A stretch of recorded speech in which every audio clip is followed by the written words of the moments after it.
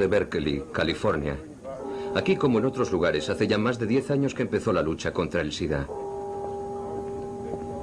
Pero a pesar de los enormes recursos empleados en esta batalla, la investigación atraviesa por un momento de duda. Algunos científicos han decidido cuestionarse todo de nuevo, empezando por lo que aparentemente se tenía como certeza inamovible: la responsabilidad del virus en el desarrollo del SIDA. ¿Y si los científicos se hubieran equivocado al señalar este virus como agente causante del nuevo síndrome?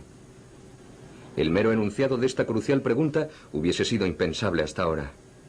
Sin embargo, escuchen las razones que han conducido a estos científicos a formulárselas seriamente. Son el profesor de biología molecular Peter Duisberg, de la Universidad de Berkeley, y su colega Richard Stroman.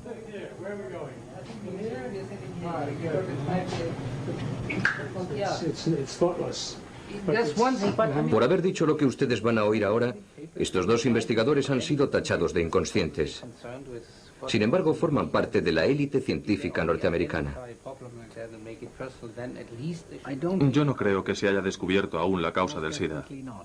Desde luego que no. Si se hubiera descubierto, a lo largo de estos 10 últimos años hubiéramos avanzado enormemente en su tratamiento y en su prevención. Pero no ha ocurrido así. Se están descubriendo muchas cosas acerca del VIH. Esto no se cuestiona. Quiero decir que sabemos más del virus de lo que aparentemente necesitamos saber, pero no estamos descubriendo nada sobre el SIDA.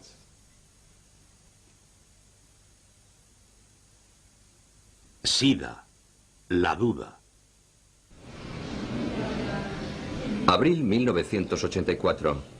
El profesor Gallo anuncia que se ha conseguido identificar la causa del SIDA.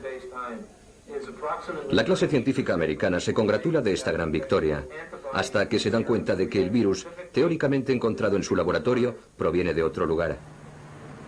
Es aquí, en el Instituto Pasteur de París, donde el virus del SIDA ha sido identificado y aislado por primera vez por el equipo del profesor Montagnier. Terminada la polémica sobre el origen del virus, que mantuvo enfrentados durante un tiempo a Gallo y Montagnier, ambos científicos se ponen rápidamente de acuerdo en identificarlo como el causante del SIDA. Bien, yo creo que hay que ser cauteloso en este tema. Me parece que lo prudente es que mantengamos la duda. La duda es un hecho científico. No hay dogmas en la ciencia. De cualquier manera, yo no creo que al decir que el VIH es la causa del SIDA esté enunciando un dogma religioso. Mi opinión es que se trata de una afirmación basada en datos. Datos que actualmente son numerosos y que a medida que pasa el tiempo van en aumento. Cada vez es más pequeño el número de personas que rechaza estos datos.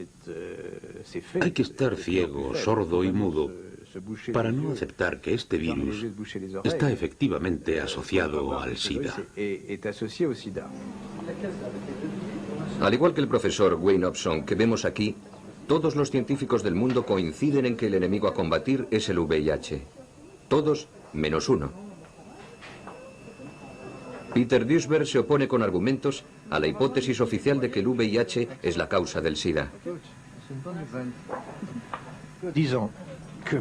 Entiendo que Duisberg planteara este tema en su momento, porque entonces aún no existía una toma de conciencia general de que todavía no disponíamos de los elementos suficientes para afirmar que esto era así. Pero yo nunca estuve de acuerdo con Duisberg. Para mí los hemofílicos y los niños infectados eran prueba suficiente. Además estaba la cuestión del SIDA en los monos. Pero él planteó el asunto y una de dos. O le respondíamos o le ignorábamos. La actitud de la comunidad científica despreció en cierto modo a Duisberg porque, en vez de responderle con argumentos científicos, reaccionó escandalizándose. ¿Pero esto qué es? ¿Cómo se puede decir una cosa así en nuestros tiempos? A partir de 1987, la polémica planteada por Duisberg sobre la implicación del VIH en el SIDA se debatió en la prensa científica. Pero las escasas respuestas aportadas por sus colegas no le hicieron cambiar de opinión. Aún hoy, él opina que no está suficientemente probada la implicación del VIH en el SIDA. El VIH que vemos en estas imágenes pertenece a un determinado tipo de virus, los llamados retrovirus, que Duisberg lleva estudiando desde hace más de 30 años.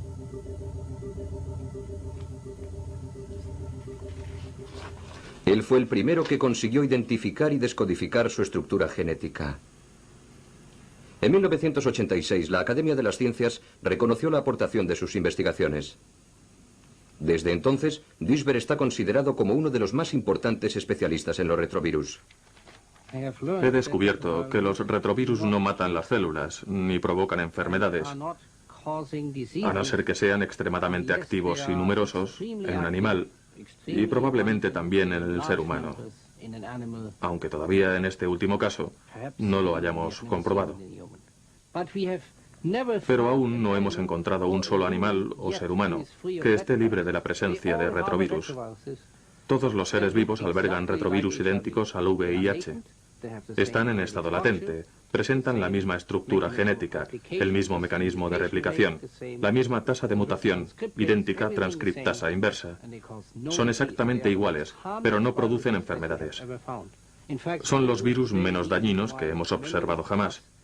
Por eso, desde hace casi 20 años, muchos de nosotros estamos estudiando los retrovirus como posibles agentes productores del cáncer, precisamente porque no matan a las células. Duisberg aplica esto mismo al VIH y deduce que el virus del SIDA no puede destruir los linfocitos T4, que son las células que permiten al organismo luchar contra las infecciones. Aun suponiendo que pudiera destruirlas, se ha podido observar que el VIH infecta muy poco los linfocitos T4.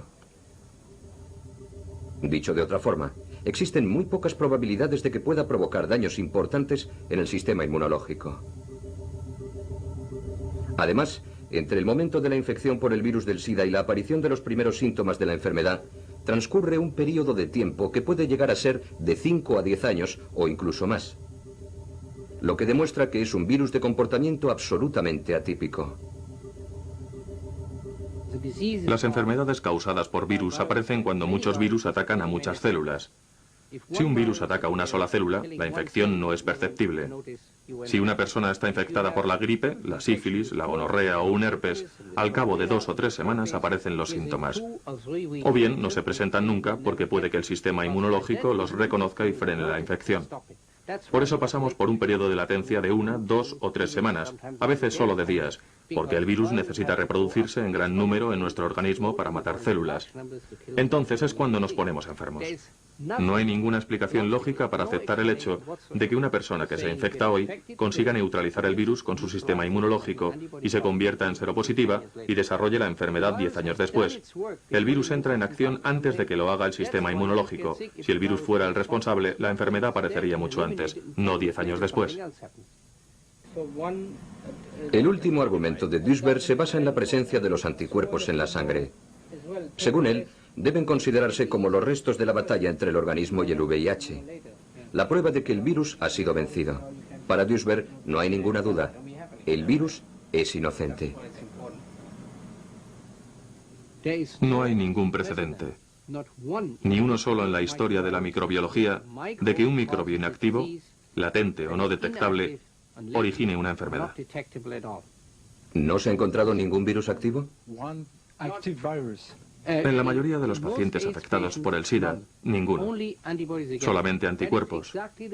Esa es la razón por la cual algunos microbiólogos tan renombrados como Gallo y Robin Weiss no hayan conseguido aislar el virus del SIDA en los pacientes. ¿Y en los nódulos linfáticos? Tampoco. Lo han intentado durante varios años, pero lo único que han conseguido es el virus de Montagnier. No lo han encontrado porque no hay nada que encontrar. Está claro. Tras 10 años de polémica, Duisberg mantiene su postura. Según él, todavía no hay nada que pruebe la relación entre el VIH y el SIDA. Y mientras que no se produzca una demostración científica, no cambiará de opinión.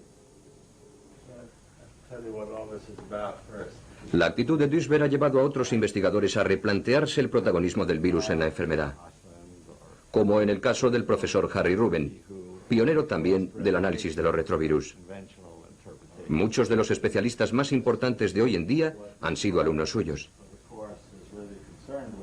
Solo me gustaría apuntar que, a diferencia de lo que ocurre con otros virus, en el caso del VIH no hay una evidencia que permita su identificación exacta. No descarto que pueda tener cierto protagonismo, pero esto no significa necesariamente que sea la principal o la única causa existente. En cualquier caso, no ha sido probado científicamente. Las dudas planteadas por los heterodoxos del SIDA no siempre han quedado sin respuesta. Sin embargo, el debate ha sobrepasado el ámbito estrictamente científico y ha llegado a convertirse en una polémica casi religiosa, anatemizadora para los que no participan de las tesis oficiales. Los disidentes excluidos del debate científico se han agrupado en torno al profesor de bioquímica Charles Thomas, con la intención de hacerse oír.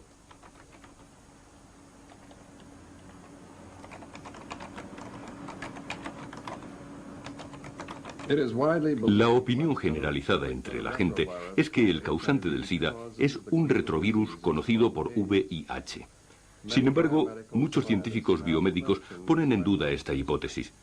Nosotros proponemos que un grupo de científicos independientes pondere de manera exhaustiva todas las pruebas existentes a favor y en contra de esta posibilidad. También proponemos que se efectúen estudios epidemiológicos críticos. Hemos enviado nuestra propuesta a varias publicaciones científicas, pero ninguna la ha publicado, a pesar de que iba avalada por la firma de casi un centenar de prestigiosos investigadores.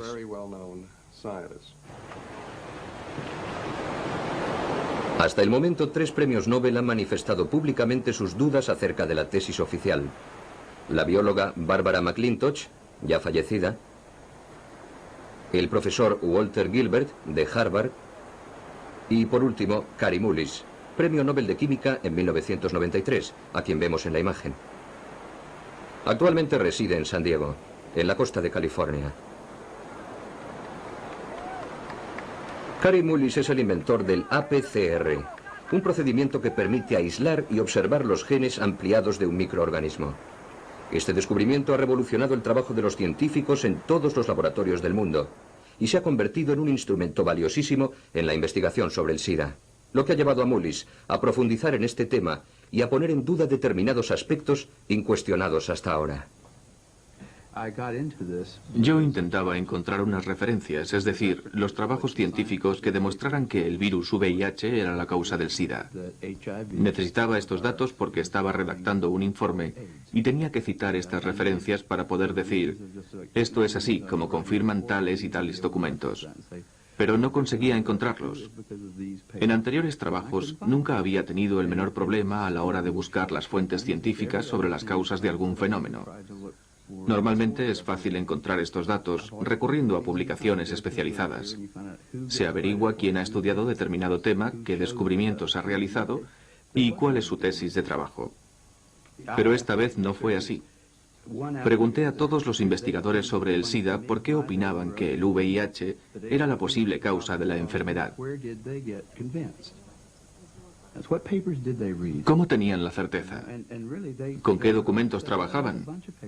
Todos me contestaban, pues hay un montón de datos que lo avalan. Y yo les decía, ¿podría decirme exactamente cuáles? Yo estaba deseando encontrar lo que buscaba para terminar mi trabajo. Necesitaba esos datos para citarlos en mi informe sobre el VIH en la sangre. Solo quería eso. Solo quería documentar mis teorías y para ello necesitaba la prueba de que el VIH era la posible causa del SIDA. Pero no pude conseguirlo. Nadie me daba la respuesta. Siempre me contestaban que los papeles los tenían en la oficina y yo decía, bueno, pues envíeme esos documentos desde su despacho, pero nadie lo hizo. Para Mullis, esta dificultad en conseguir las pruebas demuestra que la investigación se ha realizado sin respetar las reglas más elementales de la metodología científica. Mullis es de la opinión de que en el tema del SIDA todo se ha hecho con demasiada precipitación. La investigación, la divulgación pública, el intercambio de opiniones entre la comunidad científica y, por último, la conclusión a la que se ha llegado, que no es más que una verdad a medias. Normalmente la ciencia no suele discurrir por esos caminos. Cuando se quiere afirmar algo, hay que experimentarlo previamente para obtener unos resultados. Hay que estudiar el tema con detenimiento y preguntarse si hay algo en lo que nos hayamos podido equivocar.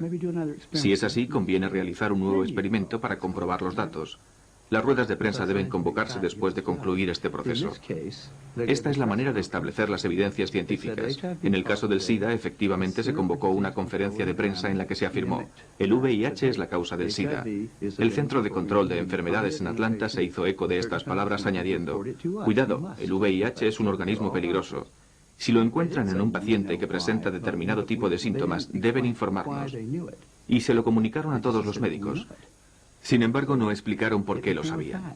Se convirtió en una verdad con demasiados interrogantes, pero no puede considerarse en modo alguno una verdad científica. Mullis opina que se han realizado suficientes estudios sobre el SIDA. Sin embargo, aún no tenemos los datos necesarios para confirmar que el VIH es su agente causante. Necesitamos una evidencia científica que demuestre la certeza de esta hipótesis.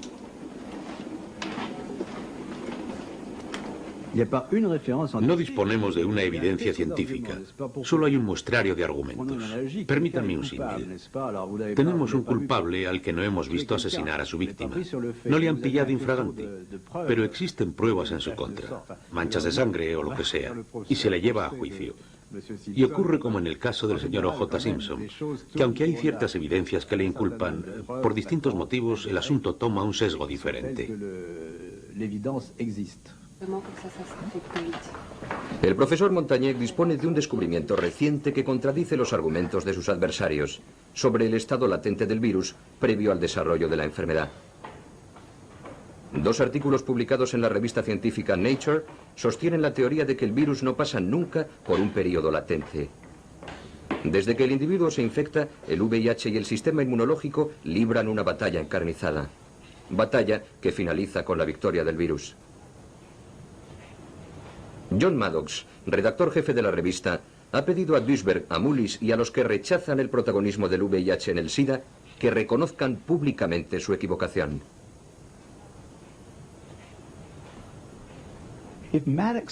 Si Maddox piensa que esos artículos prueban que el virus VIH provoca el SIDA, debería pegarse un tiro. Nunca ha aceptado las hipótesis alternativas de las personas como yo. Siempre ha mantenido una opinión cerrada. ¿Por qué todo el mundo ha aceptado sin pestañear que este virus es el causante? Si hasta 1995 no se sabía el origen del SIDA, ¿por qué llevan 10 años actuando como si lo hubieran sabido desde el principio?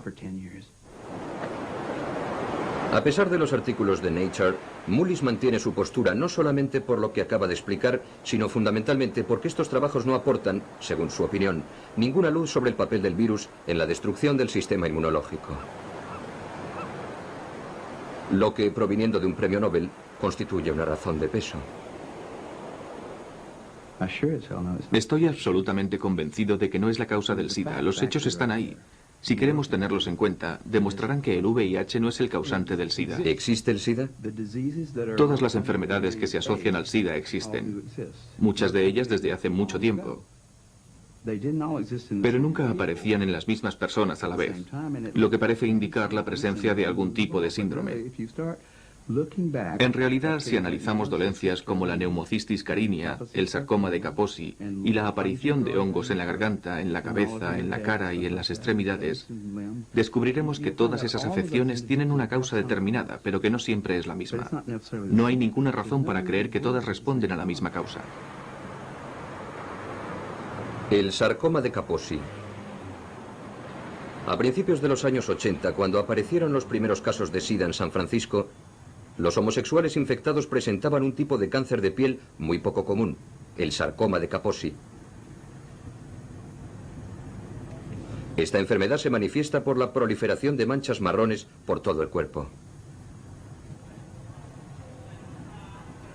Para la mayoría de los especialistas, el sarcoma de Kaposi en los homosexuales contaminados por el virus se convirtió rápidamente en la marca identificativa del SIDA, su seña de identidad más evidente. Sin embargo, hasta el momento nadie ha podido establecer de forma clara el papel del virus en la aparición del sarcoma de Kaposi. Es más, se ha descubierto un nuevo agente, otro posible culpable.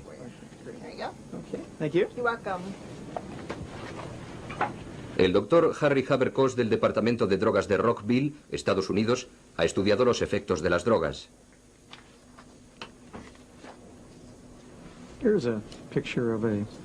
Él ha sido uno de los primeros en establecer una posible relación entre la aparición del sarcoma de Kaposi y el popper, una droga afrodisíaca muy extendida entre los homosexuales hasta los años 90.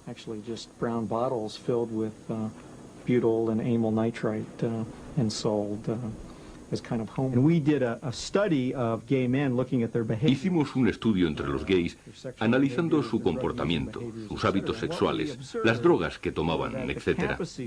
Y descubrimos que los que padecían el sarcoma de Kaposi tenían patrones de comportamiento distintos a los que, por el contrario, desarrollaban neumocistis. Y descubrimos que la diferencia radicaba en la utilización o no del popper. Ante esta evidencia, el Departamento de Drogas realizó numerosas campañas de prevención, advirtiendo del peligro del uso del popper en grandes dosis. Posteriormente fue prohibida la venta del popper, y el resultado se ha visto reflejado en los últimos estudios epidemiológicos. En los últimos años se ha producido un notable descenso en la aparición del sarcoma de Kaposi, tanto en términos absolutos como porcentuales. ¿A qué es debido? Bueno, yo creo que guarda relación con la inhalación de nitrato. Últimamente ha descendido el uso de este producto. Sin embargo, no sabemos si se ha producido una disminución del virus entre estas personas. Tampoco hemos podido probar con exactitud la relación con los herpes. Sin embargo, la epidemiología del sarcoma de Kaposi y la de la inhalación del nitrato en los Estados Unidos parecen íntimamente ligadas. Para ser exactos, hay que decir que el sarcoma también aparece en pacientes que nunca han utilizado el popper, así como en personas que no están infectadas por el VIH. Lo que demuestra que las cosas son mucho más complicadas de lo que se pensaba en un principio. El agente responsable no está muy claro. Sabemos que estos nuevos herpes han aparecido en algunos afectados.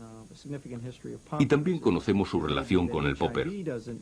Puede que el VIH no tenga necesariamente que ver, pero lo que es seguro es que además del popper, tiene que haber otro agente responsable. El origen de la enfermedad sigue siendo incierto. Aunque el avance de las investigaciones apunta a restar protagonismo al virus VIH, en nuestros días el sarcoma de Kaposi sigue estando asociado a las enfermedades propias del SIDA. Nos encontramos en un punto muerto. Hasta ahora hemos creído en la ecuación VIH igual a SIDA. Pero si el virus no es la causa del sarcoma de Kaposi, nadie debería considerar el SIDA como una enfermedad nueva y tampoco nadie debería creer en el VIH. Y ahora se olvidan de todo, menos del virus. Resulta que hasta el sarcoma de Kaposi no es una enfermedad del SIDA. ¿Por qué no nos olvidamos también de la neumonía? ¿Y entonces qué nos queda? Nada. Pasemos a otro tema, cambiando de escenario. Recordemos este anuncio publicitario de 1987.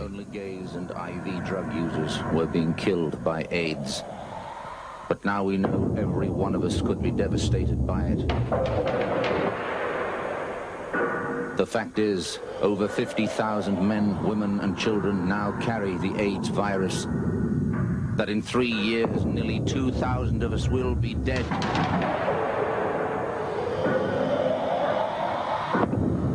That if not stopped, it could kill more Australians than World War II. Sin embargo, hasta el momento en Australia se han detectado menos de 10.000 casos de SIDA, en vez de los 50.000 que preveía el anuncio. Fundamentalmente homosexuales y toxicómanos. No queremos quitarle importancia a la enfermedad, ni señalar acusadoramente a los grupos de riesgo. Afortunadamente, a veces, las previsiones se equivocan. En Francia, Alemania y otros países europeos, la epidemia se ha estabilizado. Incluso comienzan a aparecer síntomas de receso. No se ha producido la anunciada generalización de la enfermedad entre los heterosexuales.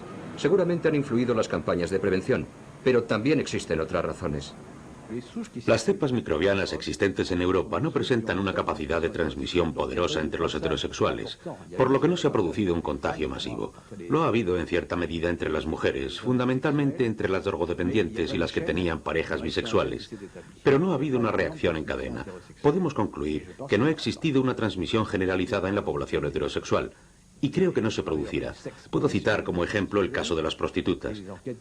Las encuestas demuestran que solamente se han infectado un 2 o un 3% de ellas y que este porcentaje no va en aumento, excepto en el caso de las toxicómanas. Los estudios epidemiológicos realizados sobre las prostitutas no toxicómanas en las grandes ciudades europeas confirman las conclusiones del profesor Montagnier. De hecho, en algunas ciudades europeas no se han encontrado prostitutas seropositivas. Si partimos de la base lógica de considerar a las prostitutas como el grupo de mayor riesgo entre la población heterosexual, podemos deducir que el contagio por el virus del SIDA entre el resto de los heterosexuales será aún menor.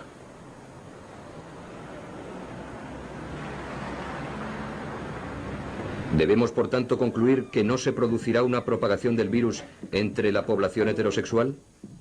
Los datos que posee el Centro Europeo para la Vigilancia del SIDA, organismo que dirige la mayor parte de los estudios epidemiológicos, no apuntan en esa dirección. El VT2 diferente del VT3.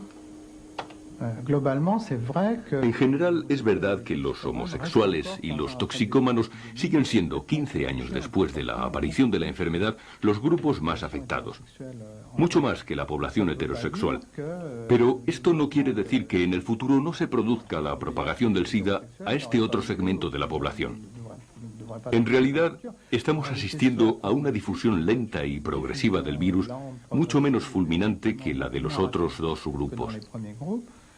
La extensión de la enfermedad parece haberse estabilizado. Pero este fenómeno no debe hacernos bajar la guardia. Lo que ocurre es que el riesgo de contagio de los heterosexuales es menor y, por tanto, la epidemia se extiende lenta y dificultosamente. La amenaza del SIDA que ha planeado sobre Europa en los últimos 10 años parece haberse alejado para centrarse en África.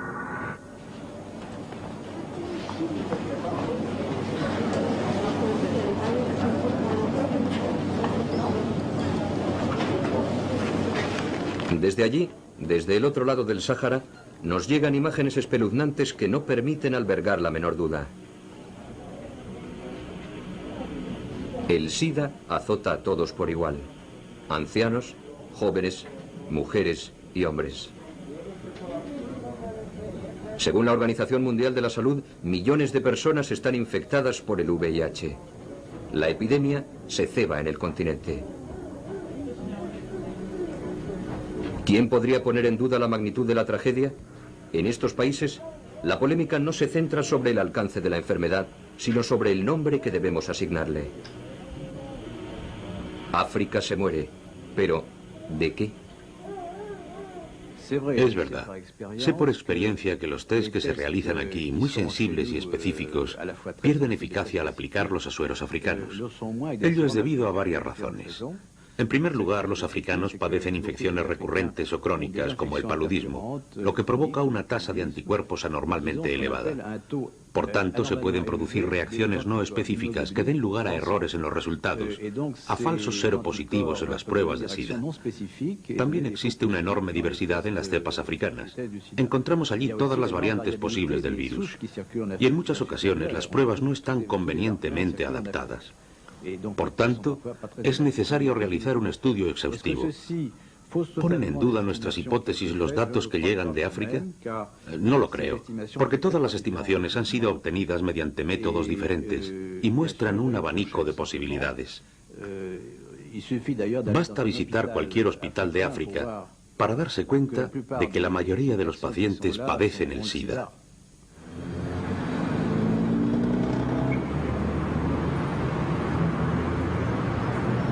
Partiendo de estos mismos datos, una publicación británica ha expuesto unas conclusiones radicalmente distintas.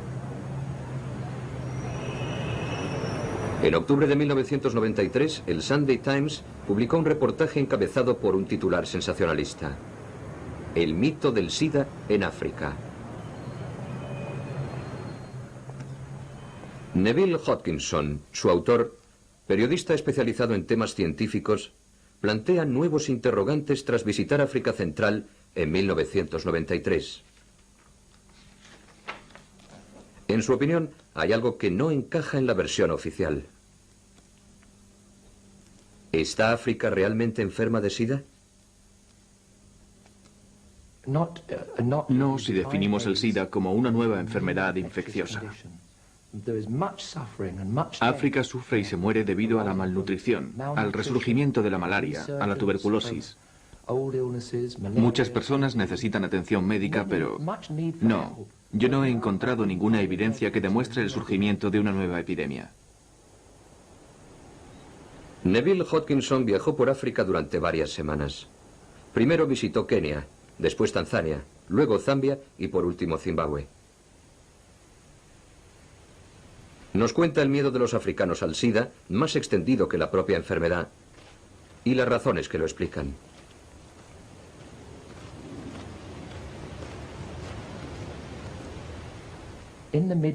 A mediados de los años 80 llegaron los científicos americanos con los nuevos test del SIDA y empezaron a aplicarlos a grandes grupos de población.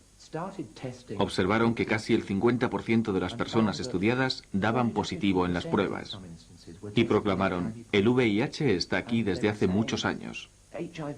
África está a punto de sucumbir a la mayor epidemia de la historia.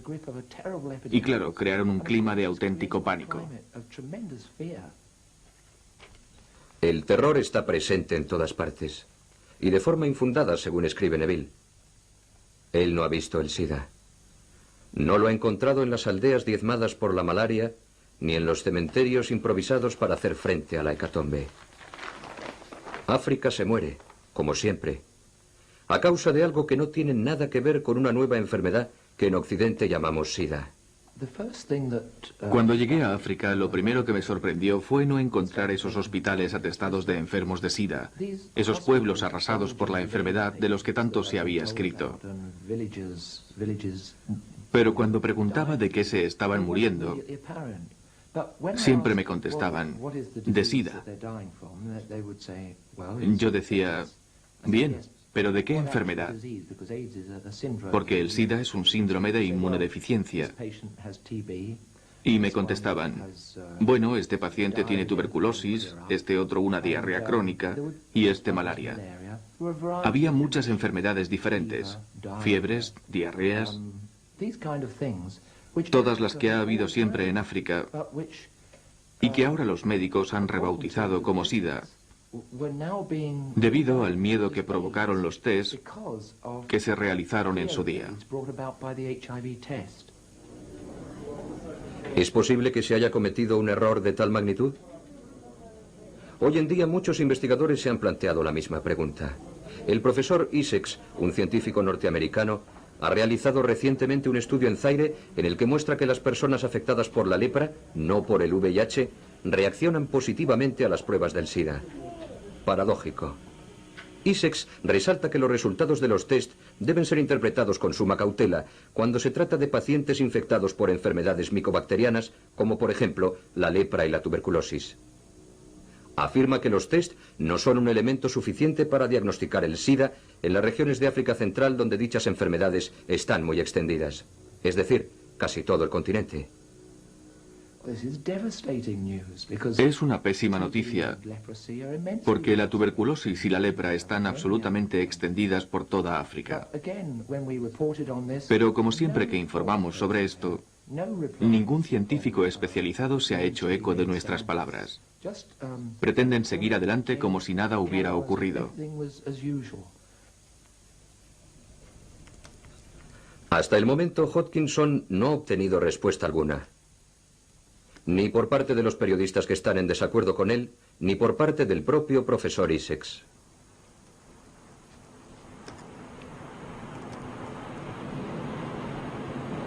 ¿Los test del SIDA son menos exactos de lo que se dice?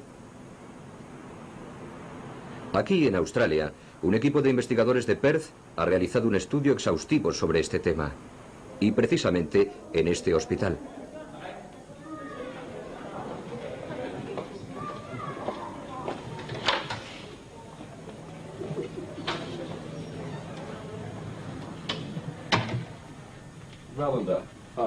Tres investigadores han revisado prácticamente todo lo que se ha dicho y escrito sobre las pruebas del SIDA para intentar responder a esta pregunta. ¿Un test positivo prueba de forma inequívoca el contagio por el virus del SIDA? El resultado de su trabajo sobre el Western Blot, el test teóricamente más fiable de todos los existentes, fue publicado en 1993 en la revista Biotechnology. Hay muchos datos que demuestran que el test ha sido considerado fiable antes de haber sido convenientemente comprobado. Este es el punto clave de nuestro trabajo. Se ha puesto en tela de juicio la fiabilidad del test. Quizá estemos dando por buenos unos resultados inciertos. Debemos recordar que el test jamás detecta el propio virus, sino los anticuerpos que han reaccionado a la presencia del virus en el organismo. ¿En qué consiste el test del SIDA? Se desarrolla en dos etapas. La primera es el test ELISA. Si el resultado es positivo, debe ser obligatoriamente confirmado por una segunda prueba, el test de Western Blot. El Western Blot consiste en una bandeja sobre la que han sido fijadas las diferentes proteínas del virus. Dicha bandeja se pone en contacto con el suero del paciente. Si el suero contiene anticuerpos contra el virus, las proteínas aparecen en forma de bandas negras. El test es positivo cuando la bandeja presenta varias bandas negras. Hasta aquí todos de acuerdo, pero posteriormente las cosas se complican porque los criterios valorativos cambian de un país a otro. Francia no tiene los mismos criterios que los Estados Unidos para aceptar una prueba positiva. Dichos baremos varían también en Australia o en África.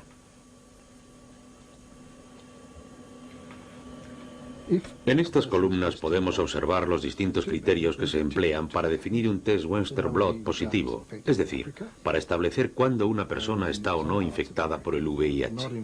Los criterios que se aplican varían en cada país e incluso en las distintas instituciones de un mismo país. Si aparecen dos bandas negras en el test de un paciente, sería considerado seropositivo en África y en algunos estados de Norteamérica, pero no lo sería en Australia, ni en otros estados americanos, ni en Francia. Si aparece una tercera banda, una P24, no será considerado seropositivo en Australia, ni en muchas partes de América, ni en Francia. Si aparecen 4 bandas, tampoco se les considera infectados por el VIH, ni en Australia, ni en Francia. No puede considerarse infectada a una persona aquí y allí no. O se está infectado por el virus o no se está. Con estos criterios no vamos a ningún lado. No es fácil encontrar una explicación lógica a la arbitrariedad de estos baremos. Se deberían aplicar los mismos en todas partes. ¿No sería más sencillo y más seguro? Pero los laboratorios no son de la misma opinión. La sangre contaminada, dicen, sean cuales sean los criterios aplicados, reacciona positivamente y siempre aparecen todas las proteínas del virus. En ello radica la diferencia con la sangre no contaminada. Aunque se unifiquen los criterios, seguiremos teniendo el problema de la imposibilidad de repetir un mismo test. Es muy difícil hacer 2 tests idénticos. Por ejemplo, este test de una misma sangre ha sido realizado por 19 laboratorios norteamericanos diferentes. Los mejores laboratorios, los más prestigiosos.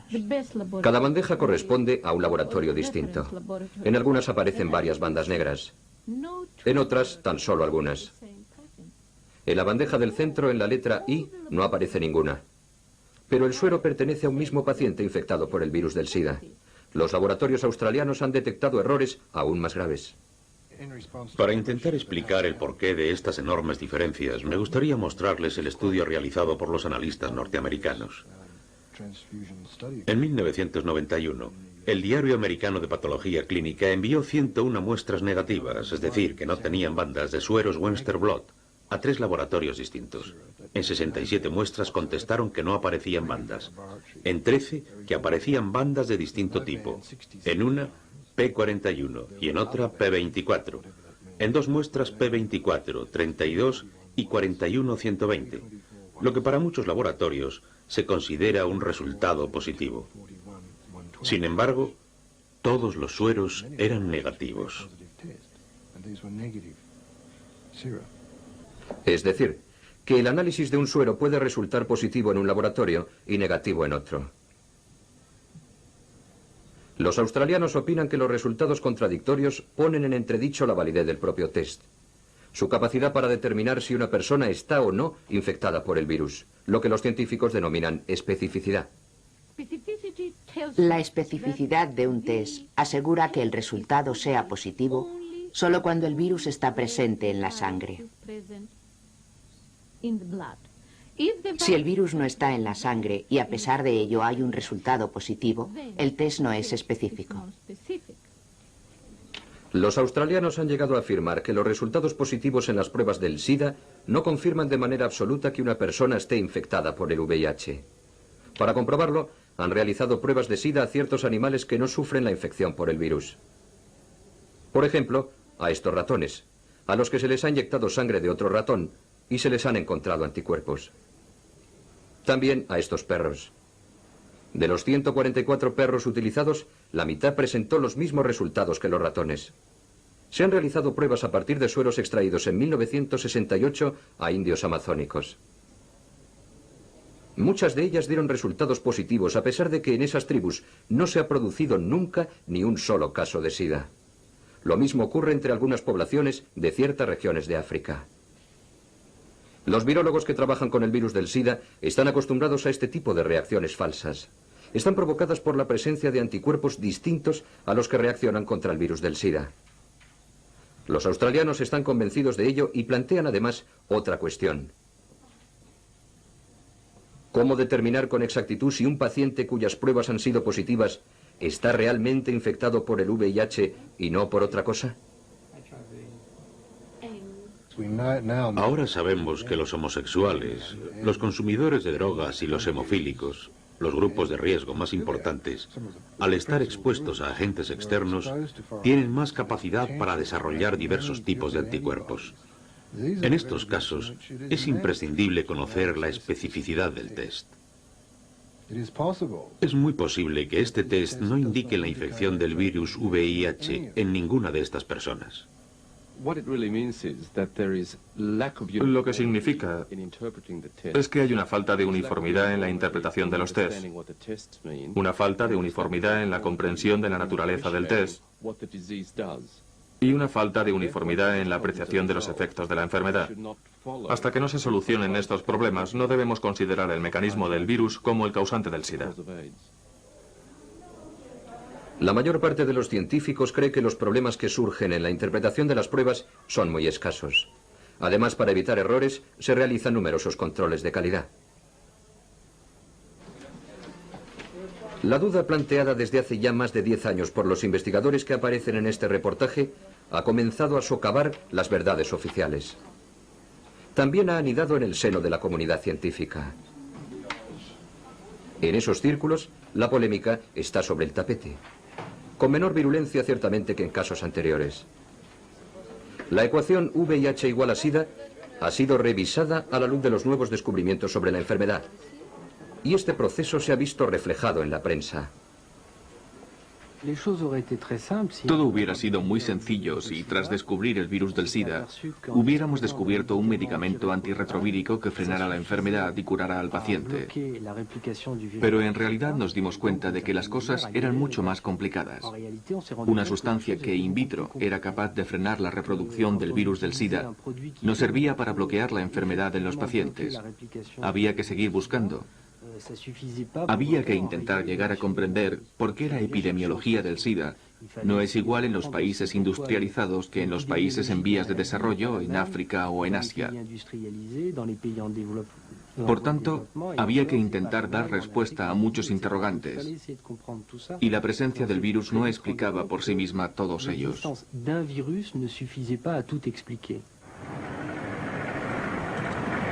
El propio Luc Montagnier, descubridor del virus, ha sido uno de los primeros en relativizar el papel del VIH y señalar la existencia de otros factores asociados al virus que desencadenan el SIDA.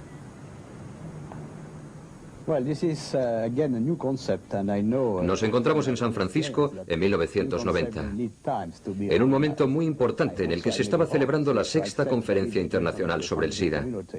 Durante dicha conferencia, Luc Montagnier afirmó que el VIH podía no ser la única causa del SIDA. Para el virólogo Pasteur, el VIH tiene un cómplice, el micoplasma. Sin este acompañante, el virus no puede actuar. El tiempo no ha dado la razón a Montagnier. Hoy en día el profesor tiene una actitud más flexible, pero en el fondo no ha cambiado de opinión. Puedo decirle que tenemos argumentos muy sólidos para afirmar que junto a otros factores infecciosos conocidos, los virus y las bacterias, poseen también las propiedades necesarias para desempeñar un papel importante en el SIDA. Ahora se trata de averiguar el papel del micoplasma, su interacción con el virus.